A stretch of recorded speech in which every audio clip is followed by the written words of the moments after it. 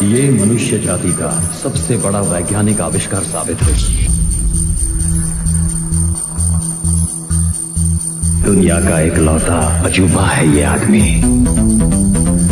और इसकी डोर हमारे हाथों में है। अब सीक्वेंस शुरू करो। मैंने तुम्हारे जैसे फौजियों की एक फौज बनाई है।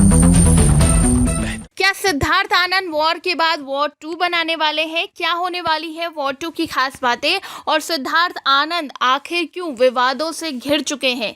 हेलो फ्रेंड्स, आप देख रहे हैं बॉलीग्राफ स्टूडियोज। मैं हूं सोनिका जयाल। दोस्तों सलाम, नमस्ते। अनजाना अनजानी और वॉर जैसी फिल्मों के डायरेक्टर सिद्धार्थ आनंद और उनके परिवार ने पिछले साल एक बच्चा गोद लिया था, जिसके चलते वो विवादों में घिर गए हैं। दरअसल जिस संस्था से सिद्धार्थ ने बच्चा अडॉप्ट किया था, अब उसने डायरेक्टर को बच्चा उसकी बायोलॉजिकल मां को लौटाने के लिए कहा है।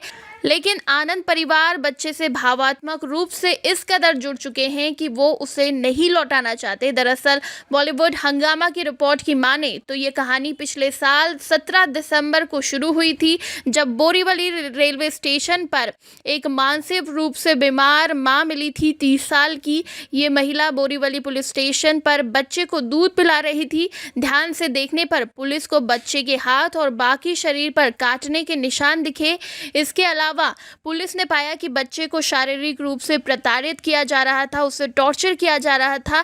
इसीलिए बिना वक्त गवाए पुलिस ने बच्चा मुंबई की चाइल्ड वेलफेयर कमेटी को सौंप दिया।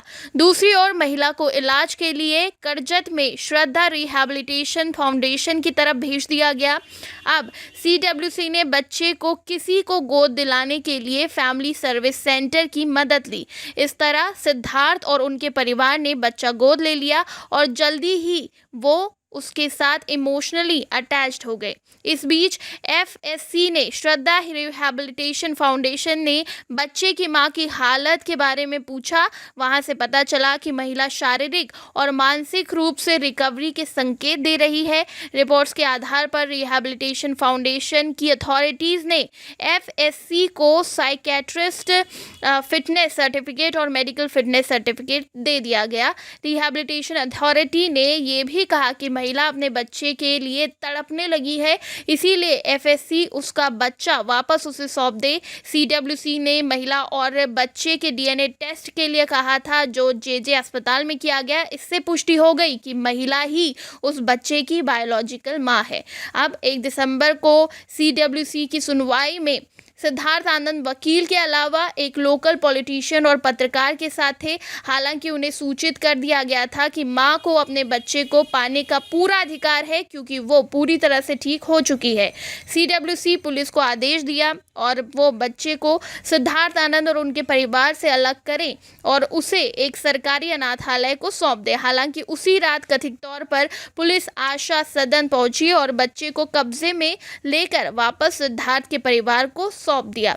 अब ये पूरा केस चल रहा है, देखना होगा कि सिद्धार्थ आनंद को वो बच्चा मिलेगा या मां को लौटा दिया जाएगा। इस वजह से विवादों में घिर चुके हैं सिद्धार्थ आनंद।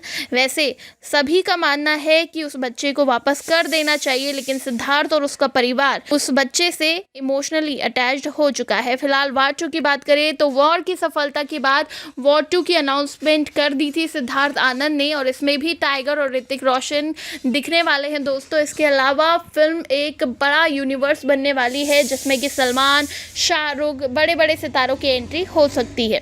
तो फिलहाल देखना होगा कि सिद्धार्थ आनंद इन विवादों से बाहर कैसे निकलते हैं और वॉर 2 की तैयारी कब तक करते हैं। वैसे कितना इंतजार है आपको वॉर 2 का, नीचे कमेंट सेक्शन में ज़रूर बताइएगा। और इसी तरह के दूसरे अपडेट्स के लिए सब्सक्राइब करिएगा हमारे चैनल बॉलीग्राफ स्टूडियोज़ को।